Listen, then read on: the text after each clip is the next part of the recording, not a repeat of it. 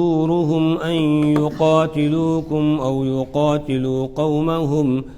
ولو شاء الله لسلطهم عليكم فلقاتلوكم فإن اعتزلوكم فلم يقاتلوكم وألقوا إليكم السلم فما جعل الله لكم عليهم سبيلا صدق الله العظيم۔ سورۃ النساء کی آیت نمبر 90 سے درس ہو رہا ہے۔ دین اسلام جو دین اللہ نے ہمیں عطا کیا ہے، اس دین میں حقوق اللہ بھی ہیں اور حقوق العباد بھی ہیں، یعنی اللہ کے حقوق کو بھی بیان کیا ہے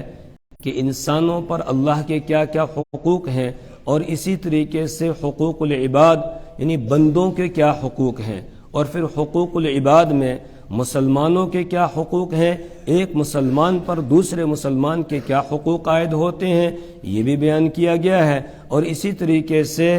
کافروں کے مسلمانوں پر کیا حقوق ہیں، غیر مسلموں کے مسلمانوں پر کیا حقوق ہیں، اس کو بھی بیان کیا ہے۔ اور صرف یہ کہ انسانوں کے حقوق بلکہ جانوروں کے حقوق بھی بیان کیے گئے۔ ایسا دین اللہ نے ہمیں عطا کیا ہے، ایک کامل اور مکمل ضابطۂ حیات ہے جس میں حیوانوں کے جانوروں کے حقوق بھی بیان کیے گئے ہیں۔ روایات میں ہے کہ رسول پاک صلی اللہ علیہ وسلم ایک باغ کے پاس سے گزر رہے تھے، ایک اونٹ کو رسول پاک صلی اللہ علیہ وسلم نے دیکھا کہ وہ شور کر رہا تھا، بڑبڑا رہا تھا، اور بہت سارے لوگ وہاں اکٹھے ہو گئے تھے۔ لوگ کہہ رہے تھے شاید یہ پاگل ہو گیا ہے اس لیے بڑبڑا رہا ہے، آوازیں نکال رہا ہے۔ رسول پاک صلی اللہ علیہ وسلم تشریف لے گئے، جیسے اونٹ نے آپ کو دیکھا ایک دم خاموش ہو گیا، اپنا سر حضور پاک صلی اللہ علیہ وسلم کے قدموں میں رکھ دیا اور کچھ کہنے لگا، تو رسول پاک صلی اللہ علیہ وسلم نے لمن ھذا البعیر، یہ کس کا اونٹ ہے؟ ایک شخص نے کہا میرا ہے یہ۔ آپ نے فرمایا یہ اونٹ تمہاری شکایت کر رہا ہے، تم اس کو چارہ پورا نہیں دیتے ہو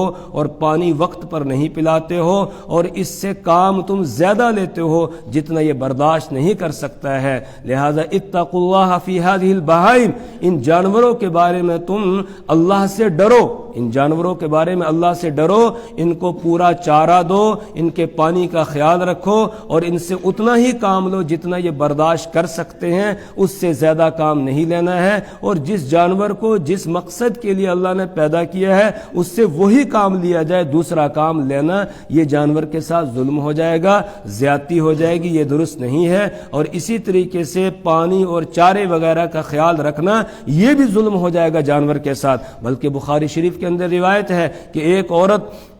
نے ایک بلی کو باندھ کے رکھا تھا گھر میں، اس کو کھلا بھی نہیں چھوڑا کہ وہ جا کر خود اپنا گزارا کر لیتی تھی، اور نہ اس کو کچھ کھانے کے لیے دیا، وہ اسی طرح مر گئی۔ اور یہ عورت نماز پڑھنے والی، تہجد کی پابند گویا نوافل پڑھنے والی تھی، رسول پاک صلی اللہ علیہ وسلم فرماتے ہیں وہ جہنم میں گئی، اللہ نے اس کو جہنم میں ڈال دیا، صرف اس وجہ سے کہ اس نے بلی کو کھانے کے لیے کچھ نہیں دیا اور اسے کھلا بھی چھوڑا نہیں۔ اس لیے جن کے یہاں جانور ہوں ان کو چاہیے وہ جانوروں کے چارے کا، ان کے پانی کا پورا خیال رکھیں، ان کے لیے سردی گرمی کا پورا خیال رکھیں۔ ایسا نہ ہو کہ وہ سردی کے اندر ہی ٹھٹھرتے رہیں، نہیں، بلکہ ان کے لیے بھی انتظام کرنا یہ انسان کی ذمہ داری ہے، یہ جانوروں کے حقوق میں سے ہے۔ تو اسلام نے جہاں انسانوں کے حقوق بیان کیے وہاں جانوروں کے بھی حقوق بیان کیے ہیں۔ کل والے درس میں ہم یہ بات پڑھ کر آئے تھے کہ منافقین میں سے ایک جماعت ایسی آئی، دیہات کے کچھ لوگ کہ جنہوں نے آ کر اپنے آپ کو مسلمان ہونا ظاہر کیا، اور اس کے بعد پھر کچھ دن مدینہ کے اندر رہے اور یہاں سے واپس گئے اجازت لے کر، پھر واپس نہیں آئے۔ اصل میں وہ کافر ہی تھے، مسلمان ہوئے ہی نہیں تھے، صرف دھوکہ دینے کے لیے اپنے آپ کو انہوں نے مسلمان ظاہر کیا تھا۔ ان کے بارے میں مسلمانوں کے اندر اختلاف ہو گیا کہ وہ مسلمان تھے یا منافق تھے، کچھوں نے کہا منافق تھے، کچھوں نے کہا کہ نہیں وہ مسلمان تھے۔ اس پر اللہ تبارک و تعالیٰ نے فیصلہ سنا دیا کہ نہیں وہ منافق تھے، تمہیں کیا ہو گیا، تم منافقوں کے بارے میں دو گروہ بن گئے ہو، تو وہ منافق تھے۔ اور پھر ان کا حکم یہ بیان کیا گیا، چونکہ یہ یہاں سے جانے کے بعد مسلمانوں کے کے دشمنوں کے ساتھ مل گئے تھے مسلمانوں کے خلاف، تو یہ حکم آ گیا کہ فَإِن تَوَلَّوْا فَخُذُوهُمْ وَاقْتُلُوهُمْ حَيْثُ وَجَدتُّمُوهُمْ، بس اگر وہ روگردانی کریں یعنی واپس ہجرت کر کے تمہارے پاس نہ آئیں اور کافروں کے ساتھ ہی رہیں، تمہارے دشمنوں کے ساتھ ہی رہیں، فَخُذُوهُمْ، پھر تم ان کو پکڑو، وَاقْتُلُوهُمْ، ان کو قتل کرو، حَيْثُ وَجَدتُّمُوهُمْ، جہاں کہیں تم ان کو پاؤ، یہ حکم دیا گیا۔ لیکن یہ حکم کیا ہر کافر کے لیے ہوگا؟ کہ نہ، ہر کافر کے لیے یہ حکم نہیں ہے، یہ ان کے لیے جنہوں نے گویا تمہارے ساتھ آ کر دھوکے کا معاملہ کیا ہے، ان کی یہ سزا ہے، سب کی یہ سزا نہیں ہے۔ اور پھر ان میں سے بھی جنہوں نے تمہارے ساتھ یہ دھوکے کا معاملہ کیا، ان میں سے بھی کچھ لوگوں کو استثناء کیا جا رہا ہے کہ اب بھی ان کو موقع دیا جاتا ہے، إِلَّا الَّذِينَ يَصِلُونَ إِلَىٰ قَوْمٍ بَيْنَكُمْ وَبَيْنَهُمْ مِيثَاقٌ، مگر وہ لوگ الَّذِينَ يَصِلُونَ جو مل جائیں إِلَىٰ قَوْمٍ ان لوگوں کے ساتھ بینکم و بینہم میثاق کہ تمہارے درمیان اور ان کے درمیان کوئی معاہدہ ہوا ہے، یعنی ان میں سے وہ لوگ کہ جو مل جائیں ان لوگوں کے ساتھ جن کے ساتھ تمہارا معاہدہ ہوا ہے، مطلب مسلمانوں کے ساتھ جن کا معاہدہ ہوا جنگ نہ کرنے کا، جن لوگوں کا مسلمانوں کے ساتھ معاہدہ ہوا جنگ نہ کرنے کا، اب ان کے ساتھ جو لوگ مل جائیں گے ان کے اپنے آپ کو ان میں شامل کر لیں گے کہ ہم بھی اس معاہدے کی پاسداری کریں گے، تو مسلمانوں کے لیے جائز نہیں ہے پھر ان کو قتل کرے۔ جیسے معاہدہ ہے ان سے جن کے ساتھ معاہدہ ہوا کہ ان کو ہم نہیں، ان کے ساتھ ہم جنگ نہیں کر سکتے ہیں، تو اسی طریقے سے جو ان کے ساتھ مل جائیں گے ان کے ساتھ بھی جنگ نہیں کی جائے گی۔ مثال کے طور پر صلح حدیبیہ میں کافروں کے ساتھ یہ معاہدہ ہوا مسلمانوں کا کہ اب 10 سال تک جنگ نہیں ہوگی، نہ ہم تمہارے ساتھ لڑیں گے نہ تم ہمارے ساتھ لڑو گے، 10 سال کے لیے جنگ نہ کرنے کا معاہدہ ہو گیا۔ اس کے بعد عرب کے جتنے بھی قبائل تھے ان قبائل کو یہ اعلان کر کے کہہ دیا گیا کہ جو مکہ والوں کے ساتھ رہنا چاہیں وہ ان کے ساتھ چلے جائیں اور جو مسلمانوں کے ساتھ رہنا چاہیں وہ مسلمانوں کے ساتھ آ جائیں۔ تو 2 قبیلے تھے عرب کے، ایک بنو بکر اور ایک بنو خزا۔ بنو بکر یہ مکہ والوں کے ساتھ مل گئے کہ ہم ان کے حلیف ہیں، اسی طریقے سے بنو خزا یہ مسلمانوں کے ساتھ مل گئے، تو اب مسلمانوں کے لیے یہ جائز نہیں تھا کہ وہ بنو بکر کے خلاف لڑائی کریں، وہ بنو بکر کے خلاف لڑائی کریں۔ کیوں؟ اس لیے کہ بنو بکر وہ مکہ والوں کے ساتھ مل گئے تھے اور مکہ والوں کے ساتھ مسلمانوں کا معاہدہ ہوا تھا۔ تو اسی طریقے سے یہ منافقین جو آئے تھے ان میں سے بھی اگر کچھ لوگ جا کے مکہ والوں کے ساتھ مل جاتے ہیں جن کے ساتھ مسلمانوں کا معاہدہ ہوا ہے، تو اب مسلمان ان کے ساتھ چھیڑ چھاڑ نہیں کر سکتے ہیں، یا اور کوئی بھی دنیا کا کافر ہو وہ ان کے ساتھ مل جائے تو مسلمان جس طرح ان کا معاہدہ مکہ کے لوگوں کے ساتھ ہے اسی طریقے سے معاہدہ ہوگا ان کے ساتھ بھی جو ان کے ساتھ مل جائیں گے۔ اسی طریقے سے مکہ والوں کے لیے یہ درست نہیں تھا کہ وہ بنو خزا کے ساتھ جنگ کریں، کیونکہ بنو خزا مسلمانوں کے ساتھ مل گئے تھے اور حلیف ان کے بن گئے تھے۔ لیکن بعد میں ایسا ہوا کہ مکہ والوں نے معاہدے کی خلاف ورزی کی، 1.5 سال کے بعد ایسا ہوا کہ قبیلہ بنو بکر اس نے حملہ کیا بنو خزا پر، تو مکہ والوں نے بنو بکر کا ساتھ دے دیا، ان کو ہتھیار بھی دیے، اپنے کچھ لوگ بھی ان کے ساتھ لڑنے کے لیے بھیج دیے، تو انہوں نے معاہدے کو توڑ دیا، اور جب انہوں نے معاہدے کو توڑ دیا اب مسلمانوں کو بھی اجازت ہو گئی کہ اب معاہدہ باقی نہیں ہے، اب تم ان کو کہہ دو جا کر کہ بس اب ہمارے اور تمہارے درمیان کوئی معاہدہ نہیں ہے۔ پھر رسول پاک صلی اللہ علیہ وسلم نے ایک وفد بھیجا مکہ والوں کے پاس اور ان سے جا کر یہ کہا کہ قبیلہ بنو خزا جو ہمارے ساتھ جڑ گیا تھا ان کے خلاف تم نے جنگ کی ہے، لہٰذا ان کے جو لوگ مقتول ہو گئے ہیں ان کی دیت دے دو، ان کا خون بہا دے دو، اگر تم ان کی دیت دے دو گے، خون بہا دے دو گے، پھر معاہدہ باقی ہے، اور اگر تم نے ان کی دیت نہیں دی پھر ہمارے اور تمہارے درمیان کوئی معاہدہ باقی نہیں ہے۔ مکہ والوں نے کہا نہ ہم دیت دیں گے اور نہ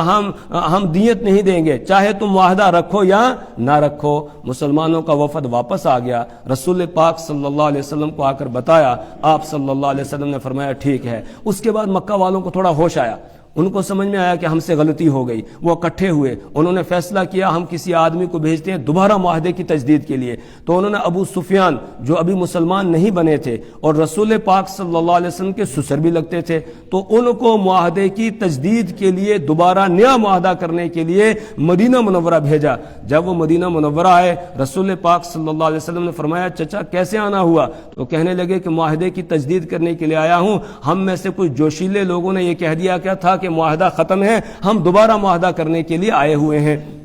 آپ صلی اللہ علیہ وسلم نے فرمایا پہلے بتاؤ دیت دو گے ان لوگوں کی جن کو تم نے قتل کروایا ہے بنو خزاع کے لوگوں کو؟ اور بنو خزاع اگرچہ کافروں کا ایک خاندان تھا، قبیلہ تھا، لیکن چونکہ مسلمانوں کے ساتھ مل چکا تھا، مسلمانوں کا ہمدرد تھا، تو اس لیے آپ صلی اللہ علیہ وسلم نے فرمایا کہ ان کی تمہیں دیت دینی ہے، تو دیت دو۔ انہوں نے کہا دیت کی بات نہ کرو۔ آپ نے فرمایا پھر معاہدے کی بات بھی نہ کرو، چلو واپس، اب تمہیں پتہ چلے گا۔ یہ پھر واپس چلے گئے، اور پھر رسول پاک صلی اللہ علیہ وسلم نے تیاری کا حکم دیا، اور 10,000 کا لشکر آپ نے تیار کیا، اور 10,000 لوگوں کو لے کر سن 8 ہجری میں آپ مکہ کی طرف روانہ ہوئے، اور پھر مکہ فتح ہو گیا اور مکہ کو دارالاسلام بنا دیا گیا۔ تو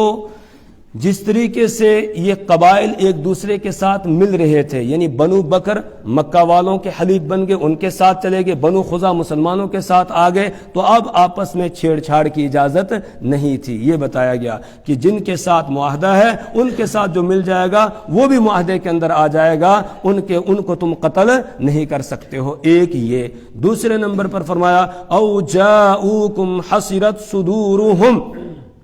یا تمہارے پاس وہ آ جائیں، یعنی کافروں کا، دشمنوں کا کوئی قبیلہ، کوئی خاندان، کوئی جماعت ان کی تمہارے پاس آ جائے براہ راست، حسرت صدورہم، اور ان کے دل تنگ آ چکے ہوں اس بات سے، ان یقاتلوا کہ وہ تم سے قتال کریں، او یقاتلوا قومہم یا اپنی قوم سے قتال کریں، لڑیں، یعنی وہ لڑنا پسند نہیں کرتے ہیں۔ ایسے کچھ لوگ ہیں جن کا نعرہ یہ ہے کہ جیو اور جینے دو، جیو اور جینے دو، نہ تم ہمیں چھیڑو نہ ہم تمہیں چھیڑیں گے۔ اس طرح اگر صلح کرنے کے لیے کچھ لوگ تمہارے پاس آ جائیں تو مسلمانوں اب حقوق العباد کا یہ تقاضا ہے کہ تم ان کی اس بات کی قدر کرو اور تم ان کی اس بات کو تسلیم کرو، اور پھر تمہیں اجازت نہیں ہوگی ان کے ساتھ لڑنے کی، جنگ کرنے کی۔ کیوں؟ اس لیے کہ یہ صلح پسند لوگ ہیں، اور جو صلح پسند لوگ ہوتے ہیں ان کے ساتھ لڑنے کی تمہیں اجازت نہیں ہے۔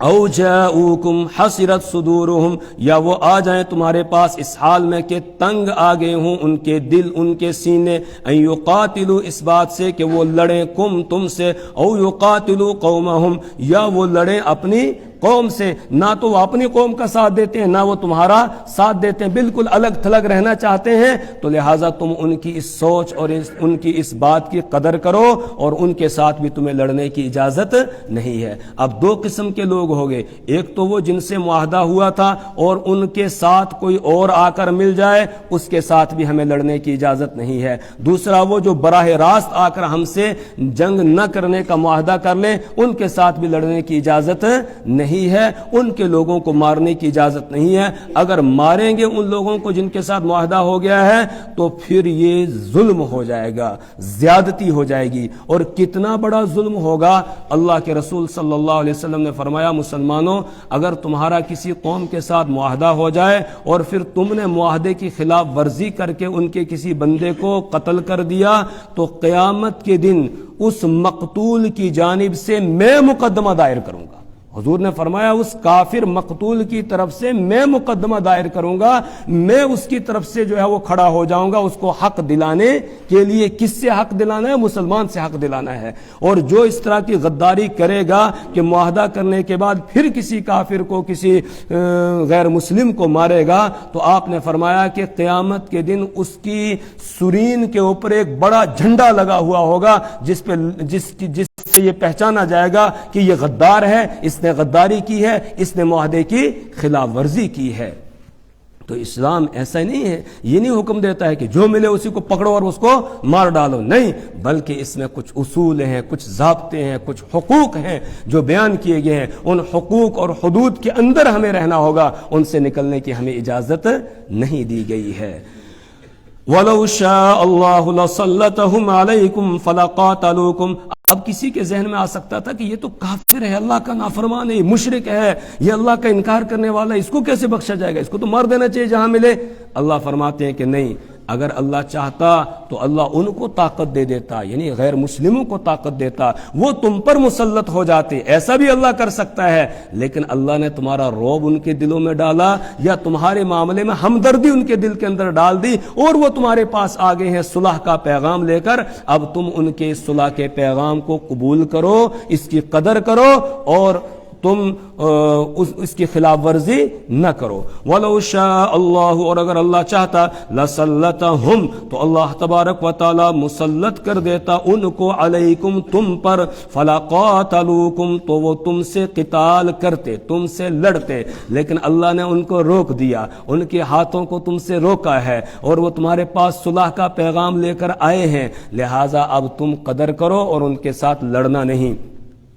فَإِنِ اعْتَزَلُوكُمْ فَلَمْ يُقَاتِلُوكُمْ وَأَلْقَوْا إِلَيْكُمُ السَّلَمَ فَإِنِ اعْتَزَلُوكُمْ، پس اگر وہ تم سے الگ رہیں، یعنی تمہارے ساتھ لڑنا نہ چاہیں، جدا رہیں لڑائی سے، فَلَمْ يُقَاتِلُوكُمْ، پھر وہ تم سے قتال نہ کریں، نہ لڑیں تم سے، وَأَلْقَوْا إِلَيْكُمُ السَّلَمَ، اور تمہاری طرف وہ صلح صفائی کی بات بھیجیں کہ ہم تمہارے ساتھ صلح کرنا چاہتے ہیں، ہم لڑنا نہیں چاہتے ہیں، تو مسلمانوں ان کی اس بات کی قدر کرو۔ فما جعل اللہ لکم علیہم سبیلا، پھر اللہ نے تمہارے لیے ان پر کوئی راستہ نہیں بنایا ہے، یعنی اب تم ان کے ساتھ لڑ نہیں سکتے ہو۔ تو اب معلوم ہوا جو اوپر حکم دیا گیا تھا کہ فَإِن تَوَلَّوْا، پس اگر وہ اعراض کریں، فَخُذُوهُمْ، پھر تم ان کو پکڑو، وَاقْتُلُوهُمْ، ان کو قتل کرو، حَيْثُ وَجَدْتُمُوهُمْ، جہاں کہیں وہ ملے۔ یہ خاص حکم ہے، یہ عام حکم نہیں ہے، یہ ان کے لیے حکم ہے جو مسلمانوں کے خلاف لڑائی کے لیے ہر وقت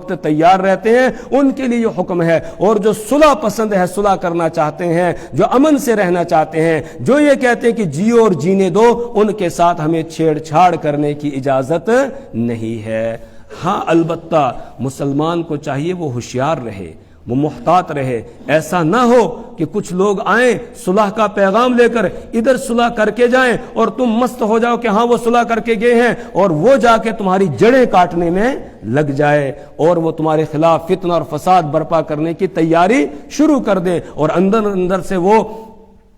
تمہارے دشمنوں کے ساتھ مل کے تمہارے خلاف حملے کا پلان بنائیں۔ اس سے تمہیں ہوشیار رہنا ہے، تمہیں نظر رکھنی ہے۔ مسلمان ایسا نہیں بھولا بالا نہیں ہوتا ہے، بلکہ مسلمان ہوشیار ہوتا ہے، چالاک ہوتا ہے، چاروں طرف اس کی نظر ہوتی ہے، لہٰذا جنہوں نے معاہدہ کیا ہے ان کے اوپر بھی نظر رکھنی ہے، کہیں وہ معاہدے کی خلاف ورزی تو نہیں کر رہے ہیں۔ جیسے مکہ والوں نے معاہدہ کیا تھا، معاہدے کی خلاف ورزی کی، پھر ان کو اس کا سبق، ان کو جو ہے اس کا سبق مل گیا، اور اس کے بعد مکہ فتح ہو گیا۔ یا اسی طریقے سے مدینہ منورہ کے اندر یہودیوں کے 3 بڑے قبیلے تھے، بنو قینقاع، بنو نذیر، اور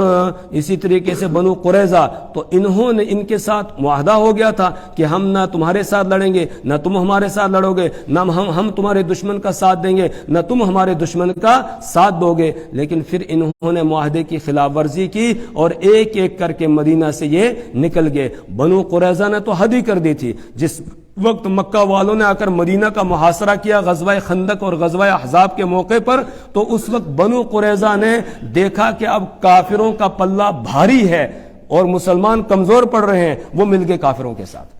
اور پھر اللہ نے کافروں کو ناکام کیا، وہ واپس چلے گئے۔ اس کے بعد ہی بنو قریظہ کا پھر حساب کتاب لیا گیا، اور ان کے لوگوں کو، جو جوان لوگ تھے لڑنے والے، ان کو قتل کیا گیا، اور باقی والوں کو وہاں سے نکال دیا گیا، پھر مدینہ کے اندر ان کو رہنے نہیں دیا گیا۔ تو آگے اگلی آیت کے اندر یہی تعلیم دی جا رہی ہے کہ سَتَجِدُونَ آخَرِينَ يُرِيدُونَ أَن يَأْمَنُوكُمْ وَيَأْمَنُوا قَوْمَهُمْ تجدون، ان قریب تم پاؤ گے، آخرین، کچھ دوسرے لوگوں کو، یریدون، جو چاہتے ہیں یہ بات، ان یأمنوکم، کہ وہ تم سے مامون رہیں، تم سے امن میں رہیں، وَيَأْمَنُوا قَوْمَهُمْ، اور اپنی قوم سے بھی امن میں رہیں، یعنی وہ آئیں گے تمہارے پاس اور کہیں گے بس ہم تمہارے ساتھ کوئی چھیڑ چھاڑ نہیں کریں گے، تم بھی ہمارے ساتھ چھیڑ چھاڑ نہیں کرو گے، اس طریقے سے کہہ کر تمہارے ساتھ معاہدہ کر کے چلے جائیں گے، لیکن ان ان کا کام کیا ہوگا؟ کلما ردوا الی الفتنہ، جب کبھی انہیں لوٹایا جائے گا فتنے کی طرف، یعنی انہیں بھڑکایا جائے گا مسلمانوں کے خلاف، تو فوراً بھڑک اٹھیں گے اور مسلمانوں کے خلاف جنگ کرنے کے لیے وہ تیار ہو جائیں گے۔ اس وقت وہ معاہدے کی کوئی پاسداری نہیں کریں گے، جیسے بنو قریظہ نے کیا، جو یہودیوں کا ایک قبیلہ تھا، مسلمانوں کے ساتھ معاہدہ تھا لیکن معاہدے کی خلاف ورزی کی، انہوں نے معاہدے کو توڑ دیا۔ تو اللہ فرما رہے ہیں کہ ایسے بھی تم پاؤ گے، اس لیے ہوشیار رہنا، محتاط رہنا۔ کلما ردوا الی الفتنۃ، جب کبھی انہیں لوٹایا جائے گا الی الفتنۃ، فتنے کی طرف، یعنی فساد کی طرف، مسلمانوں کے خلاف جنگ کرنے کے لیے، ارکسوا فیہا، تو وہ لوٹا دیے جائیں گے اس میں، یعنی وہ تیار ہو جائیں گے مسلمانوں کے خلاف جنگ کرنے کے لیے، لڑنے کے لیے، اور معاہدے کی کوئی وہ پاسداری نہیں کریں گے۔ اللہ فرما رہے ہیں فَإِن لَّمْ يَعْتَزِلُوكُمْ، پس اگر وہ تم سے الگ نہ رہیں، علیحدہ نہ رہیں، یعنی وہ معاہدے کی پاسداری نہ کریں، معاہدے کی خلاف ورزی کریں اور تم پر حملے کی تیاری شروع کر دیں، وَيُلْقُوا إِلَيْكُمُ السَّلَامَ، اور تمہاری طرف صلح صفائی کا پیغام نہ بھیجیں، وَيَكُفُّوا أَيْدِيَهُمْ، اور تم سے اپنے ہاتھوں کو نہ روکیں۔ تین باتیں، ایک تو یہ کہ وہ جنگ سے الگ نہ رہیں، جنگ کرنے کے لیے تیار ہو جائیں، دوسرا صلح صفائی کی کوئی بات نہ کریں، جو معاہدہ کیا تھا اس کو توڑ دیں، اور تیسرے نمبر پر یہ اپنے ہاتھوں کو تم سے روکیں نہ۔ تینوں کا خلاصہ یہ ہے کہ تمہارے خلاف برسرے پیکار ہو جائیں، تمہارے خلاف لڑنے کے لیے تیار ہو جائیں، تمہارے دشمن کا ساتھ دینے کے لیے تیار ہو جائیں، پھر ان کو بخشا نہیں جائے گا۔ کیوں؟ اس لیے کہ یہ غدار ہیں، اور ایسے غداروں سے آگے بھی کیا رہے گا؟ خطرہ رہے گا۔ فَخُذُوهُمْ، پھر تم ان کو پکڑو، وَاقْتُلُوهُمْ، اور ان کو قتل کرو، حَيْثُ ثَقِفْتُمُوهُمْ، جہاں کہیں تم ان کو پاؤ۔ تو یہ مخصوص لوگوں کے لیے حکم دیا گیا، سب کے لیے نہیں ہے۔ بہت ساری، یہ بات میں اس لیے کہہ رہا ہوں کہ بہت سارے اس وقت ایسے ہیں غیر مسلموں میں سے جو غیر مسلموں کو بھڑکانے کی کوشش کرتے ہیں، اور قرآن پاک کی اس طرح کی آیات کو نکال کر آگے پیچھے والا مضمون چھوڑ کے اور کہتے ہیں دیکھو فلانی آیت کے اندر یہ لکھا ہے کہ جہاں کوئی کافر ملے اس کو پکڑو اور پکڑ کر اس کو قتل کر دو۔ اگر یہی بات ہوتی تو پھر دنیا میں کوئی کافر رہتا؟ پھر اس کو 700 سال تک مسلمانوں نے ہندوستان پر، بر صغیر پر حکومت کی ہے، تو یہاں کوئی غیر مسلم رہتا؟ پھر تو سب آج سے پہلے ہی ختم کر دیے ہوتے۔ ان کا بیج، یہ بیج کے لیے بھی باقی نہ ملتے، کوئی بیج کے لیے بھی ہمیں باقی نہ ملتا، سب کے سب ختم ہو چکے ہوتے۔ لیکن یہ حکم نہیں ہے، یہ مخصوص حکم ہے، سب کے لیے عام یہ حکم نہیں ہے۔ اوپر بتایا گیا کہ پہلے معاہدہ ہوا اور معاہدے کی انہوں نے خلاف ورزی کی، جب معاہدے کی وہ خلاف ورزی کریں گے اس کے بعد حکم ہے فخذوہم، تو تم ان کو پکڑو، وقتلوہم، اور ان کو قتل کرو، حیث ثقفتموہم، جہاں کہیں وہ تم کو ملے، وَأُولَئِكُمْ جَعَلْنَا لَكُمْ عَلَيْهِمْ سُلْطَانًا مُبِينًا، اور یہی لوگ جعلنا لکم، بنایا ہے ہم نے تمہارے لیے، علیہم، ان پر، سلطان مبینہ، کھلا غلبہ، ہم نے تم کو ان پر کھلا غلبہ دے دیا ہے، کھلی طاقت ہم نے تم کو ان پر دے دی ہے۔ اب اگر وہ اس طریقے سے آ کر تم سے لڑنا چاہیں تو تمہیں پھر ڈرنے اور گھبرانے کی ضرورت نہیں ہے، تم بھی ان کو جواب دے دو۔ اور انہوں نے جب معاہدے کی پاسداری نہیں کی، خلاف ورزی کی ہے، تو اب تم پر بھی معاہدے کی پاسداری ضروری اور لازم نہیں ہے۔ اللہ سے دعا کریں اللہ تبارک و تعالیٰ اپنی کتاب کی سمجھ اور فہم ہمیں عطا فرمائے، اللہ اس کے مطابق عمل کی